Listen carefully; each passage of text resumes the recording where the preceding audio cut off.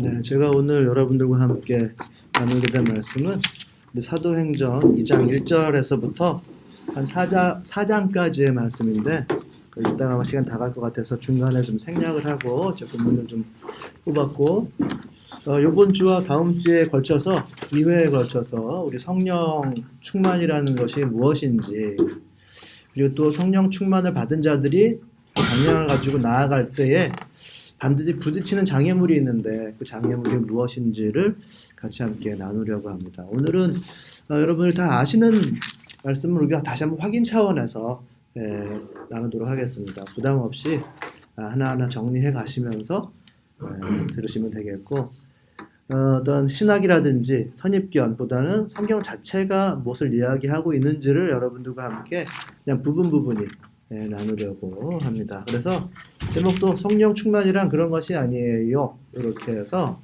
우리가 알고 있는 어떤 오해라든지 또 우리가 잘못 알고 있었던 거, 이런 것들을 한번 좀 오해를 해소하는 시간으로 생각하려고 합니다. 또 사도행전 2장 1절에서부터 7절까지를 먼저 한번 읽어보겠습니다. 제가 읽어드리겠습니다.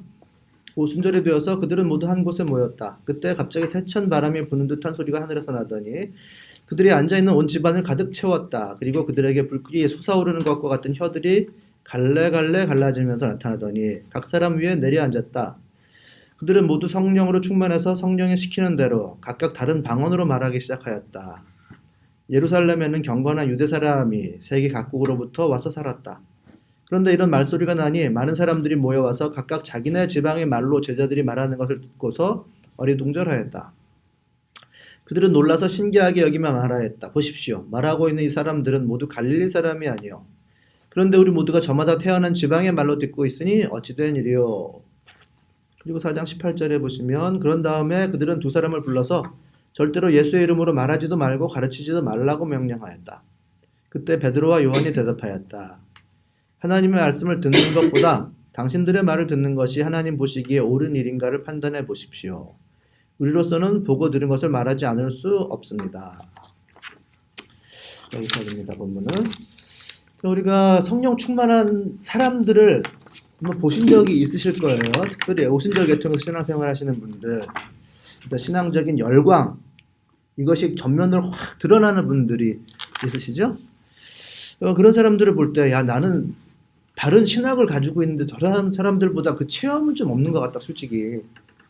이런 열등감을 가지게 되는 경우가 있어요.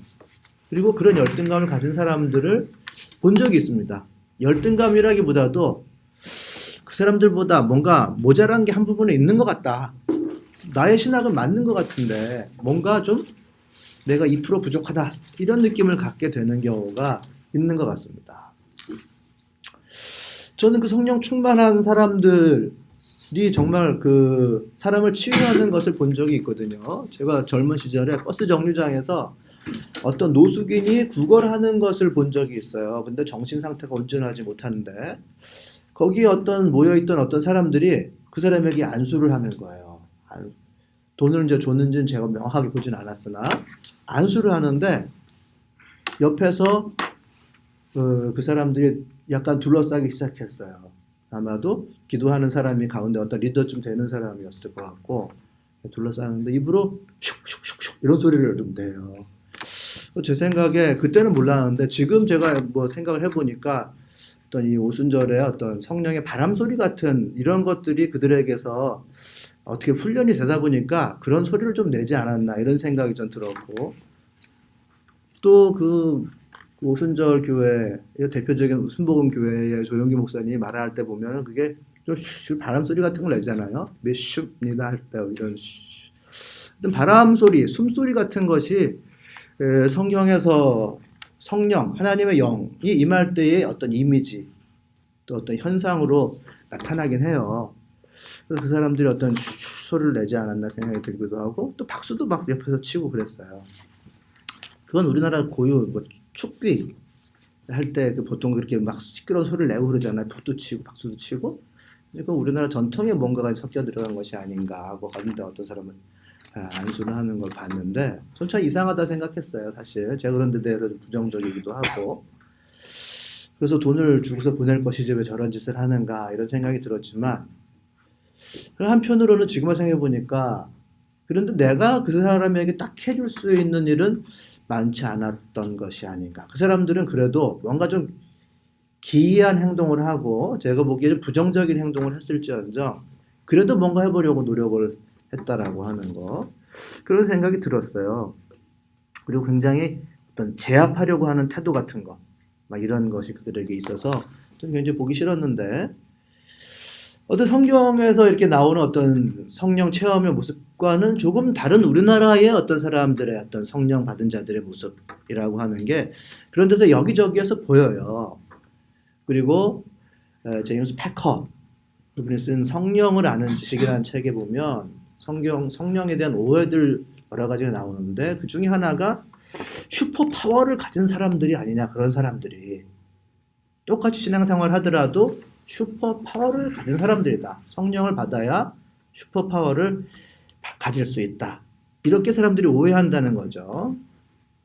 그래서 이런 사람들은 상당히 막 펼쳐내고 어떤 대적하고 제압하는 그런 태도를 보는 경우가 많이 있습니다. 그래서 다른 사람들은 나는 저렇게는 안 되는데 해서 열등감을 가지게 되는 거죠. 그래서 뭐 나는 잘 알고 설교도 많이 듣고 공부도 했지만 저렇게는 못한다 라고 하는 태도가 생기게 되는 것입니다. 저 사람도 보기 이상하지만 그래도 사람들은 생각하기를 많은 사람들은 그래도 하나님이 쓰시는 부류가 저런 사람들 아니냐 이렇게까지 가게 되는 거죠. 그럼 우리가 좀 바른 개념을 알 필요가 있는 것 같아요. 성경의 가르침은 무엇인가? 저는 분명히 이런 것에서부터 우리들의 개념을 시작해야 된다고 봅니다. 요엘서 2장 28절에 보면 그런 다음에 내가 모든 사람에게 나의 영을 부어주겠다. 너희 아들 딸은 예언을 하고 노인들은 꿈을 꾸고 젊은이들은 환상을 볼 것이다. 그때가 되면 종들에게까지도 남녀를 가리지 않고 나의 영을 부어주겠다. 이거죠. 그러니까 하나님의 역사라고 하는 건 어떤 사역에 국한해서 특별한 사람에게 국한해서 드러나는 것이 절대 아닙니다. 이 요엘서 2장의 이 말씀은 새 언약, 즉 신약의 시대에 또 하나님 나라가 도래하는 그때에 야훼의 날에 새 언약 백성에 대해서 성령은 모두에게 전면적으로 주어질 것이다. 그 사람들이 하나님 나라를 이끄는 사람들이 될 것이다 라는 것을 약속하는 말씀이에요. 그러니까 쉽게 말하면 누구에게나 부어주시는 하나님의 영이 성령이다 라고 하는 거죠. 그래서 그 버스 정류장에서 그렇게 안수하던 그 사람들이나 나나 모두 성령을 받은 자들이죠. 제가 그분들에 대해서 아니다라고 말씀은 못 드리겠어요. 그분들이 성령을 받았다면 나 또한 성령과 함께 일하는 사람들이다. 여러분들도 마찬가지로 그런 모양새를 가지고 있지 않다 하더라도 성령과 함께 하는 사람들이라고 하는 자의식이라고 하는 게 굉장히 중요합니다. 그래서 기본적인 개념을 바르게 할 필요 있는데 이 성령은 하나님 그분이세요. 하나님 자신입니다. 그래서 성령 충만하냐라고 물어봤을 때 그 얘기는 똑같이 예수님과 함께하고 있냐라고 하는 질문과 똑같은 거예요. 어떻게 보면 예수님을 믿고 그리고 잘 따르고 있느냐라고 하는 질문이 성령 충만합니까? 라고 하는 질문이 되는 거죠. 하나님이 성령 그 자신이기 때문에 그렇습니다. 그 성령이란 무엇인가? 라고 했을 때 예수님이란 누구신가? 라고 하는 질문과 똑같아요. 전혀 다르지 않습니다. 하나님이란 어떤 분이신가? 라고 하는 질문이 성령은 누구신가? 라고 하는 질문과 똑같은 거죠. 그래서 우리가 좀 일단 기본적인 어떤 작은 결론을 맺고 넘어가야 될 것 같아요. 그래서 체험이 문제가 아니라 어떤 성령의 충만함, 이것을 신앙적인 차원에서 받은 것이 문제가 아니라 내 삶에 하나님 나라가 개입되어 오고 있는가가 사실은 굉장히 중요한 거죠. 한 번 체험이 아니라 하나님 나라를 내 삶에서 세워가고 있는가, 빌드업하고 있는가가 중요한 거예요. 한 번 체험이라고 하는 것은 소실될 수도 있고 그것이 때로는 감정적인 고양 상태를 착각할 수도 있는 것입니다.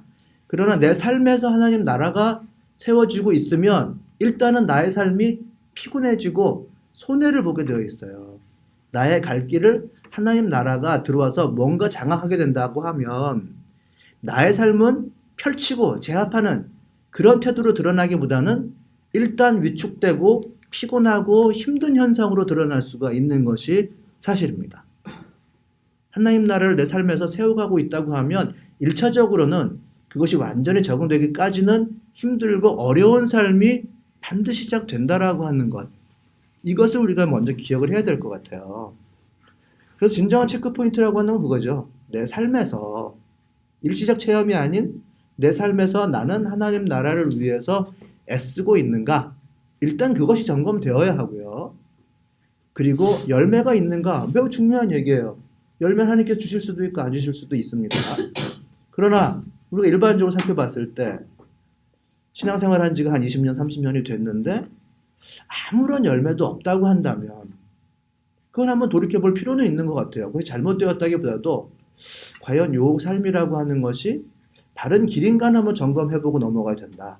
뭐 1, 2년, 10년 요 정도 됐는데 어떤 열매를 대단히 기대한다기보다도 20년, 30년이 넘었으면 나의 삶의 중반 이상을 넘어갔으면 그런 부분은 점검을 해볼 필요가 있다는 거. 그런 작은 결론 정도는 맺고 우리가 성령에 대한 다른 얘기를 하는 것이 필요할 것 같습니다. 그래서 이 사도행전의 이 성령 사건 혹은 성령 충만이라고 하는 것을 이제 처음에 동력제를 세우시는 하나님의 어떤 일인데 그런 측면에서 보면 이 성령 충만의 사건, 성령 강림의 사건은 하나님께서 사람을 사로잡으시는 하나님이 사람을 사로잡으시는 일이에요. 동력자를 세우신다는 측면에서 보면 하나님께 사로잡히면 꼼짝을 할 수가 없습니다. 근데 하나님께 잡히면 내가 가던 측면에서의 길은 방해를 받아요. 일단 하나님께 잡히면 그렇게 됩니다. 그러니까 평생 그렇게 되는지는 잘 모르겠어요. 그러나 인생의 어떤 특정한 기간에는 분명히 그럴 수가 있습니다. 제가 문재인 대통령의 책 운명이라는 것을 이제 사서 좀 읽고 있는데 거기에서 좀 비슷한 얘기가 나와서 이제 이해를 돕기 위해서 좀 발췌를 이거 뭐야? 요거를 보세요. 네. 그래서 읽어드리면 내 인생에서 노무현은 무엇인가 잘 모르겠다. 하여튼 그는 내 삶을 굉장히 많이 규정했다. 그를 만나지 않았다면 나의 삶은 전혀 달랐을 것이다. 그런 점에서 운명이다. 그럼 그것이 꼭 좋았느냐고 묻는다면 쉽게 대답할 수 없을 것 같다. 힘들고 고통스러운 순간이 너무 많아서이다. 그를 만나지 않았으면 적당하게, 안락하게, 그리고 적당히 도우면서 살았을지도 모른다. 그의 치열함이 나를 늘 각성시켰다. 그의 서거조차 그러했다. 나를 다시 그의 길로 끌어냈다. 대통령은 유서에서 운명이다라고 했다. 속으로 생각했다. 나야말로 운명이다. 당신은 이제 운명에서 해방됐지만 나는 당신이 남긴 숙제 속에서 꼼짝하지 못하게 됐다. 문재인의 운명 중에서 일부를 제가 발췌했는데 바로 이런 것과 비슷한 거예요. 일단 하나님 앞에서 사람이 사로잡히면 꼼짝을 할 수가 없습니다. 이 문재인이란 개인이 대통령이 된 것은 저는 어떤 인간적인 차원에서 보면 굉장히 그분을 불행하게 만든 것이 아닌가 이렇게 생각을 해요. 그러나 이분은 노무현이라는 한 인물을 만나서 꼼짝없이 사로잡히게 된 거죠. 그 길을 한 발, 두 발 따라가게 됐고 그냥 인권 변호사라고 하는 어떤 호칭 가운데서 그 정도에 있는 것이 아니라 정치의 최일선에 그것도 정치의 정점에 서서 자기가 원치 않던 그 길을 가까이 됐다는 점에서 숙제를 남긴 숙제 속에서 꼼짝하지 못하게 됐다는 표현을 쓰는 것이거든요.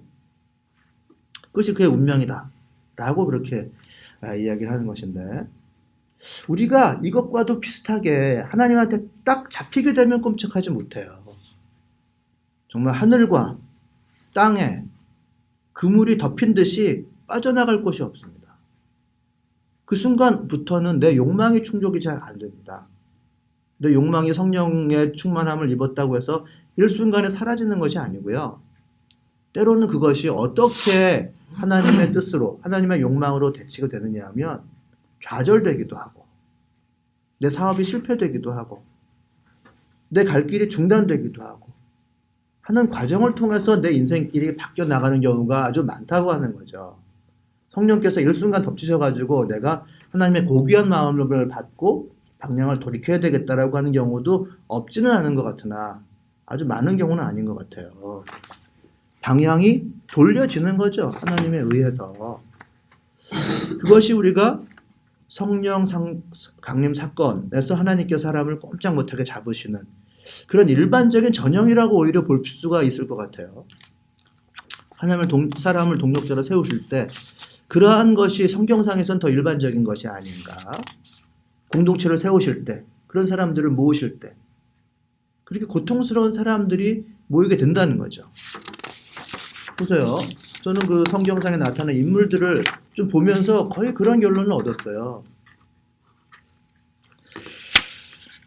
보면 우리 사도행전에 처음에 보면 베드로와 요한이 주로 이제 주인공으로 나와요. 처음에는. 그리고 뒤에 이어서 이제 스데반이 나오고 빌립이 나오고 그리고 이제 바울이 이제 마지막에 주인공으로 등장하게 되는데 이 사람들이 모두 성령 충만한 사람들이에요. 그렇습니다. 그러나 사실은 성령 충만한 자의 제일 첫 번째 신약 성경에서의 시초는 예수님이죠. 예수님의 생애를 분석해 보면 한 27년간, 한 30년간 넓게 잡아서 이 정도 사셨다고 사역을 하셨다고 되어 있고 아주 핵심적으로는 3년간 공생애를 보내셨어요. 광야에서 성령을 받으신 이후에 그런 삶을 사셨는데 결국 예수님의 삶은 사람이라고 하는 차원에서 볼 때에 십자가의 처형으로 맨 마지막이 장식이 되어 있거든요. 물론 그 이후에 승천하신 하나님의 놀라운 반전이 있었습니다만 사람의 관점으로 보았을 때에 그리고 바울과 베드로가 30년 정도 사역을 했다고 생각을 하고 있어요. 성경학자들은. 그리고 집중적으로 일한 기간은 15년에서 한 20년 정도를 보고 있습니다. 베드로와 바울 모두 체포되고 갈등을 빚고 투석을 당하고 그리고 투옥되어서 마지막에는 처형된 것으로 결론이 나고 있거든요. 성령 받은 자들의 모습이에요. 스데반은 그렇게 몇십 년 가지도 않았습니다. 불과 몇 개월 만에 투석형으로 리버디노 회당 사람들이 주축이 된 리버디노 회당이라고 하는 것은 디아스포라로 떠났다가 성전이라고 하는 갈망에 휩싸여서 돌아온 외국물을 먹은 자들이에요. 그래서 방언이 필요했던 이유가 유대 말을 잘 모르는 사람들이 와서 다시 예루살렘 성전에서 신앙생활을 하고 있었기 때문에 그들에게 하나님의 말씀 전하기 위해서는 방언이라고 하는 것이 꼭 필요했어요. 그리고 방언을 한 사람들이 부딪힌 큰 장벽이 바로 이 사람들이었습니다. 이 사람들에 의해서 투석형으로 몇 달 만에 죽었거든요. 그렇다면 성령 받은 자들의 대표적인 사람들이 이 사람들인데 이 사람들은 모두 다 죽음으로 그들의 인생을 마감했어요. 몇 달 만에 혹은 한 십수년 만에. 그럼 이들이 하나님 앞에 붙들린 시간은 성령의 인도가 된 시간은 결국 죽음이라고 하는 거죠. 이 시간은 우리들에게 펼치고 제압하고 발산하는 시간이 아니라 나의 삶에 있어서는 갈등이 되고 고난이 되고 힘들어지고 나의 삶이 그렇게 쓰러지는 시간일 수도 있을 것 같아요. 그래서 이것이 평생 갈 것인지에 대해서는 의문이 많아요. 그러나 이 성경에서 보니까 한 20년, 30년 정도, 그치? 핵심적으로 한 15년, 20년 정도는 성령에 강하게 붙들리는 시간이 있지 않은가. 객관적으로 보면 그렇게 되어 있습니다. 그래서 우리가 성령 충만하다라고 하는 것을 제대로 할 필요가 있는 것이 그렇게 외치고 발산하고 즐겁고 모든 축복을 끌어안는 듯한 삶이 아니라 때로는 침잠하고 고통스럽고 나를 거스르는 시간으로 그게 성령 충만한 것 사람의 어떤 전형적인 모습이다라고 인식하는 것이 오히려 이 성경적으로 봤을 때는 맞는 태도가 아닌가. 그렇습니다. 그래서 우리가 던져야 될 질문은 이런 거예요. 우리뿐만 아니라 성령이 필요한 사람들은 누구인가? 성령은 누구에게 오시는가? 그래서 어떻게 되는가? 라고 하는 것을 우리뿐만 아니라 수많은 신자들에게 제대로 알려주기 위해서는 다른 질문을 가져야 된다라고 하는 거죠. 저는 이런 사도행전의 초기의 모습을 보았을 때 그럼 성령은 누구에게 오시는가? 어떤 사람에게 필요한가? 좀 방향을 잃은 사람들에게 온다라고 일단 얘기할 수 있을 것 같아요. 삶의 길이 딱 끊어진 사람들, 어떤 인생의 변곡점에 서 있는 사람들에게 성령은 찾아오시겠구나 이렇게 저는 생각이 들어요. 특히 제자들, 예수와의 동행의 삶은 딱 끊어진 상태죠. 그러니까 예수님의 떠난 자리에 기다려라 라고 하는 명령은 남아있어요. 남아있는데 예수님과 같이 가던 삶은 일단 없어진 상태입니다. 방향, 속도는 없어지고 현재 우왕좌왕하고 있어요. 아주 변화무쌍의 가능성은 남아있죠. 물론 이거 단절입니다. 내 갈 길에 딱 막힌 상태예요. 노력으로는 극복이 안 되는 때입니다. 물론 지금 현재 이 단절, 끊어짐의 앞은 완전한 절망이었어요. 예수님께서 돌아가신 줄 알았죠. 그러나 부활하셨어요. 그래서 다시 시작되는 줄 알았지만 예수님은 떠나셨거든요. 절망을 막 벗어났지만 시작은 안 된 상태, 요때, 요 단절의 순간, 요때 성령님께서 찾아오셨거든요. 그러니까 저는 이 시기가 굉장히 여러분들에게 있어서도 비슷한 시기가 있었을 것 같아요. 현재 여러분들이 그때를 경험하고 있을지도 모릅니다. 저는 그때 딱 끊어진 단절의 상태가 이것도 저것도 안 되는 이 애매한 상태가 그냥 힘들고 어려운 상태가 아니라 저는 하나님께서 찾아오시는 어떤 영험한 시기라고 정의하는 것이 맞다고 봅니다. 성령을 기다리는 자에게 내가 길에 딱 막혀있다. 뭐 해도 잘 안 된다라고 했을 때 절망은 아닌데 그렇다고 해서 뭐가 되는 것도 아니고 정말 복잡하고 뒤죽박죽이거든요. 죽고 사는 딱 그 변곡점이에요. 앞으로 생의 방향이 지금 그 시기에 달려 있습니다. 이렇게 될지 저렇게 될지 이전의 삶을 그대로 다시 살지 완전히 새로운 삶을 살지는 딱 그 시기에 달려 있어요. 이 시기가 생명을 잉태하는 내 이후의 삶을 새롭게 만드는 영험한 기운의 장이라고 생각하는 것이 성령을 기다리는 자들의 바른 태도죠. 뭐 이 시기를 간단히 얘기하면 사업이 망한 때라고 볼 수도 있겠죠. 뭐 관계적으로 탁탁탁 잘라져 나가는데 근데 관계적으로 어렵고 내가 한계를 느끼고 내 삶으로 뭐 되는 게 없구나. 당연히 될 것 같은 일이었고 옛날 같으면 당연히 내 힘 좋아서 치고 나갔을 텐데 이게 뭔가 좀 잘 안 되네 라고 했을 때 이 시기가 바로 하나님께서 찾아올 만한 시기라고 하는 거죠. 이 사람들이 다락방에 모여있을 그런 시기입니다. 다시 말하면 다음 생의 방향을 결정 지어주시는 때라고 생각하면 되시겠어요. 그래서 이 사도행전을 보면 이 성경에서 이 사람들이 불을 받았어요. 성령을 체험했습니다. 그리고 나서 이 사람들에게 할 말이 생겼거든요. 방언으로 말하기 시작했습니다. 그렇다는 얘기는 뭐냐 하면 나의 주장이 뭔가 생겨났다는 거거든요. 성령을 받고 내 갈 길을 제대로 발견하기 시작했다라고 하는 거예요. 즉 내 정체성이 생겨났다라고 하는 거죠.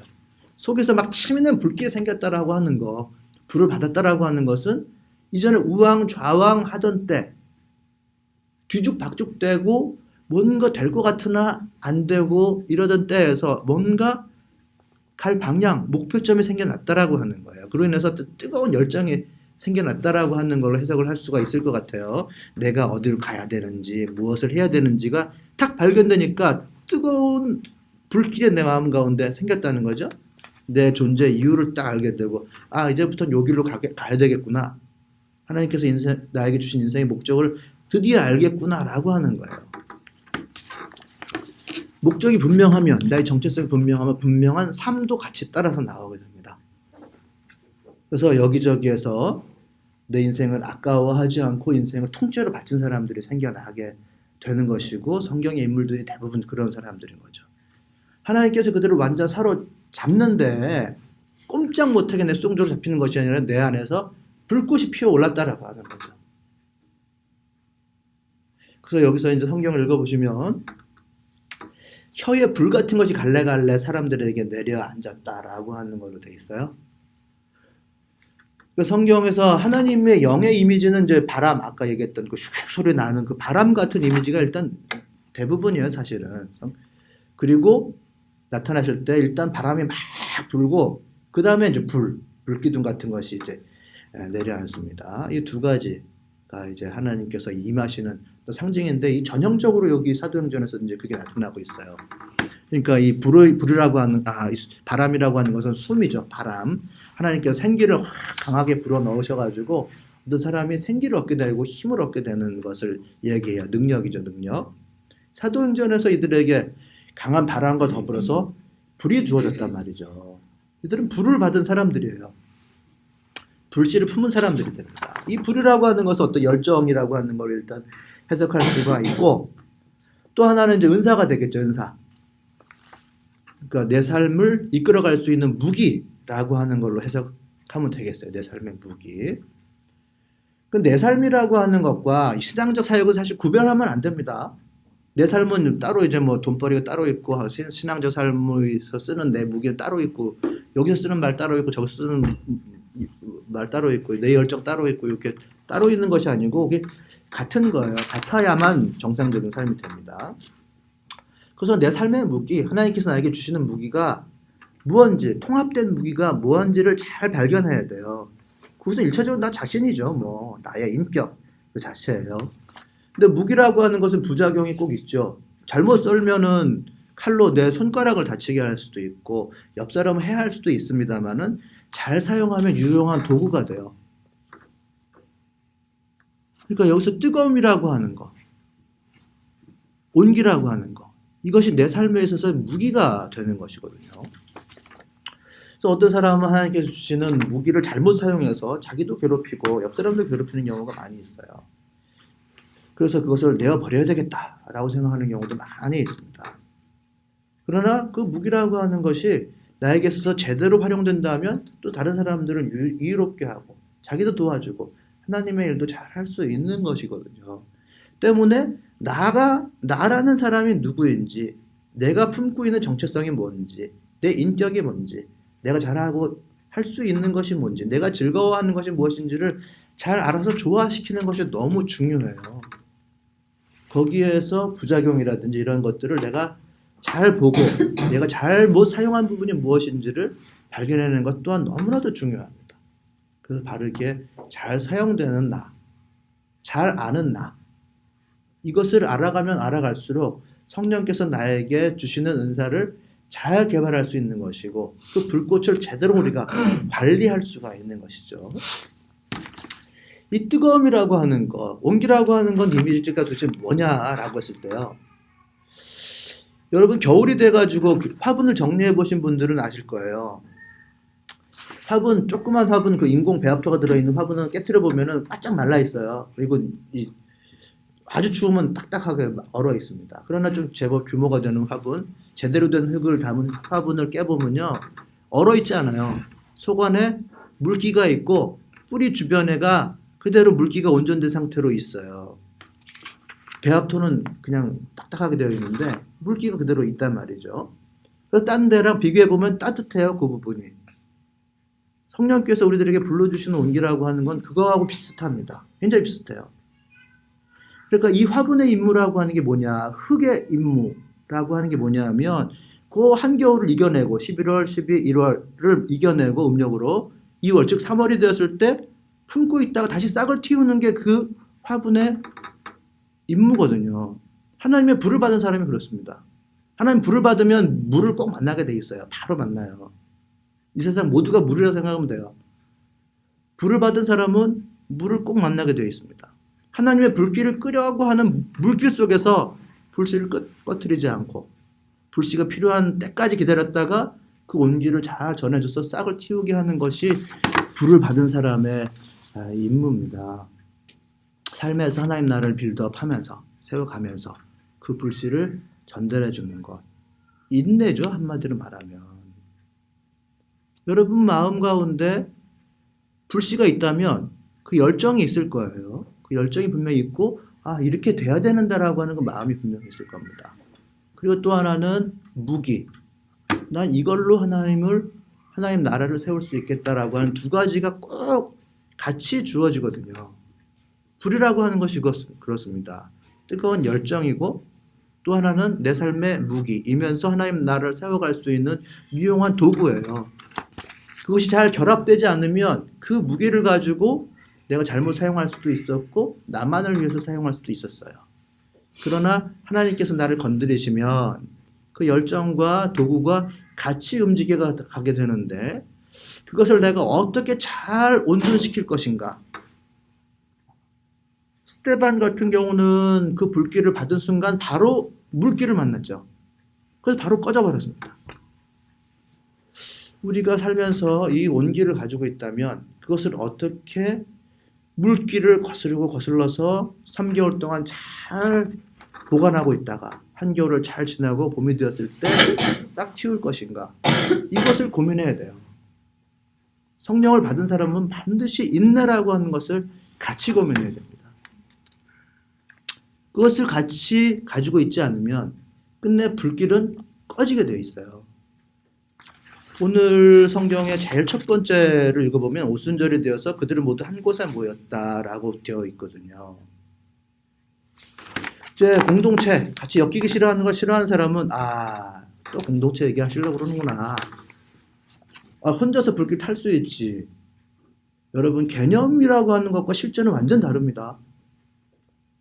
다 물인데 불꽃 하나, 불씨 하나가 떨어지면 반드시 꺼지게 돼 있어요. 책에서는 불이 따로 있고 물이 따로 있는 것이고 개념적으로는 물이 있고 불이 있는 것이지만 물 가운데 불이라는 건 꼭 꺼져요. 살 수가 없습니다. 제 아무리 성령을 받고 어떻게 한다 하더라도 혼자서 물길 가운데 있는 불은 성령은 사그러지게 되어 있어요. 반대로 물을 받았다 하더라도 마찬가지예요. 한 방울 물은 불길 가운데서 싹 없어지게 되어 있죠. 성령께서 우리들에게 불을 주신다라고 했을 때 그것은 반드시 공동체로 주시는 것이고 공동체로 사역해야만 반드시 그 불은 들불처럼 번져나갈 수 있습니다. 나는 성령 받긴 받았는데 혼자서 내가 좀 살아볼랜다 라고 하는 건 가능하지가 않아요. 애초에 가능하지가 않습니다. 이 세상을 자본주의라고 표현하기도 하고 어떤 사람은 사탄의 체제라고 표현하죠. 그것을 물이라 한다면 물은 반드시 체제를 이루어요. 꼭 그렇습니다. 1대1로 붙읍시다 라고 하는 것이 가능하지 않아요. 물일, 불일로 붙읍시다. 나는 혼자서 붙어보겠습니다가 안 되고 이 세상을 차지하고 있는 사탄의 체제라고 하는 것을 물이라고 얘기한다면 바다예요. 사탄의 체제는 꼭 연합해서 우리들을 공격합니다. 그때 불씨 하나가 갈래갈래 사람들에게 임했는데 나는 공동체는 좀 번거롭고 귀찮으니까 혼자서 한번 대접해 보겠습니다. 라고 하는 것은 애초에 현실을 모르거나 부정하거나 아니면 그럴 수 있다고 착각을 하거나 이런 종류죠. 당연히 물 가운데서의 불씨는 꺼질 수밖에 없다라고 하는 것. 자연을 아는 사람이면 하나님의 섭리를 아는 사람이면 그렇게 생각할 수가 없습니다. 그래서 이들이 모인 가운데 하나님의 성령이 임했다라고 하는 것은 반드시 우리들에게 공동체로 살아야 한다라는 것을 이야기를 해줘요. 그리고 공동체가 성장하면 성장할수록 불길은 번져 나갈 것이고 그 하나님의 때가 될 때까지 이 불길을 잘 보존하고 있는 것. 근데 안타깝게도 어떤 사람은 고통 가운데 죽었고 어떤 사람은 실패했고 어떤 사람은 사라져갔어요. 우리 또한 비슷할 수 있다고 봅니다. 우리 가운데 있는 성령의 불씨를 잘 보존하고 때가 될 때까지 기다렸다가 그 싹을 틔울 만한 조건이 되었을 때에 일시에 들불로 만드는 것이 바로 우리가 해야 될 성령 받은 자들의 임무라고 하는 것. 이것이 사도행전 2장이 우리들에게 가르쳐 주는 것이라고 저는 확신해요. 모여있을 때 받은 불길만이 바로 성령의 열매를 맺을 수가 있습니다. 그래서 여러분들 다음 주에는 이 받은 불길의 방향을 가질 때 무엇을 만나게 되는지를 같이 나누게 될 텐데 그때까지 우리가 인내하는 것 너무나도 중요한 일이라고 보고 서로 불길을 꺼트리지 않기 위해서 연합하는 것 이것이 우리가 가야 할 길 중에서 가장 중요한 것이라고 하는 거 꼭 기억해 두시기를 바랍니다. 네, 말씀